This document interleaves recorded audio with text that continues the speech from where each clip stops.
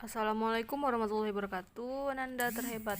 Nah, jadi metode yang ketiga itu dalam menghitung pendapatan nasional itu adalah metode pendekatan produksi. Nah, caranya itu adalah tinggal mengkalikan nama barangnya, kemudian harga barang kali jumlah barang. Jadi contohnya ini di Medan misalnya ya, pendapatan nasional dari di Medan aja.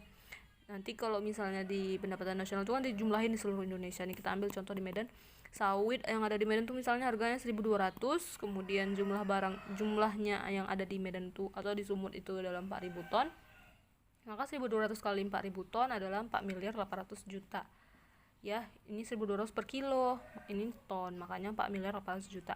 Sementara sabun colek yang ada di Sumut itu misalnya adalah 900 harganya. Kemudian dihitung-hitung yang belum laku dan belum habis itu adalah misalnya 1.300 kilo dikalikan 900 kali 1.300, 1.170.000. Kemudian margarin, dalam produksi sawit itu kan bisa jadi sabun colek, margarin dan lain-lainnya. Kemudian harga barang margarin itu misalnya 2.200 kali 500 kilo yang belum habis, maka nilainya itu adalah 2.200 kali 500 1.100.000. Kemudian dari total ini ditotalin lagi, maka pendapatan nasional dari sawit, keseluruhan produksi sawit dan lain-lainnya itu adalah 4.802.270.000 rupiah. Totalin ke bawah. Gampang ya, walaupun rumusnya itu agak ribet. Rumusnya itu P kali Q1, P2 kali Q2, dan P3 kali Q3. Cara mencari dalam metode produksi itu adalah tinggal dikalikan aja masing-masing barang, kemudian ditotalin. Oke. Lanjut kita ke materi selanjutnya, itu adalah pendapatan per kapita. Pendapatan per kapita itu adalah pendapatan rata-rata penduduk di suatu negara, ya. Jadi contohnya aja itu kayak gini nih. Di Indonesia diketahuilah pendapatan nasionalnya itu adalah 450 triliun, sementara warganya 225 juta. Berarti 450 dibagi penjumlah rumusnya adalah jumlah pendapatan nasional dibagi jumlah penduduk, sigma GNP dibagi sigma P.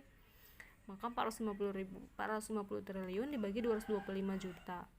Maka rata-rata penduduk Indonesia itu berpenghasilan sebesar 2 juta rupiah.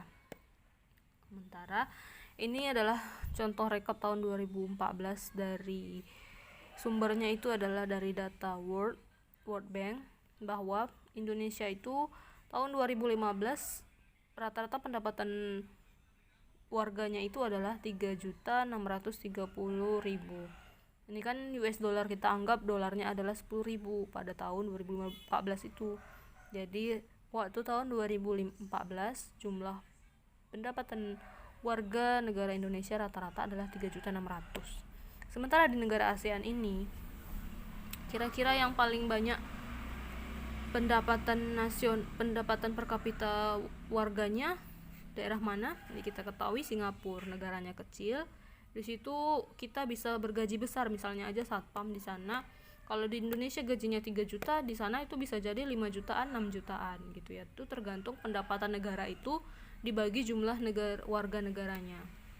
Nah, semakin sedikit warganya, semakin banyak penghasilannya, maka semakin besar gajinya. Itu ya, makanya banyak orang ke Indonesia lah. Banyak TKI kerja pembantu di Indonesia gajinya 1 juta. Sementara pembantu di Malaysia gajinya itu hampir 4 jutaan. Kenapa? Karena rata-rata pendapatan dari warga negara Malaysia itu banyak uangnya. Jadi makanya standarnya itu juga tinggi. Gitu ya.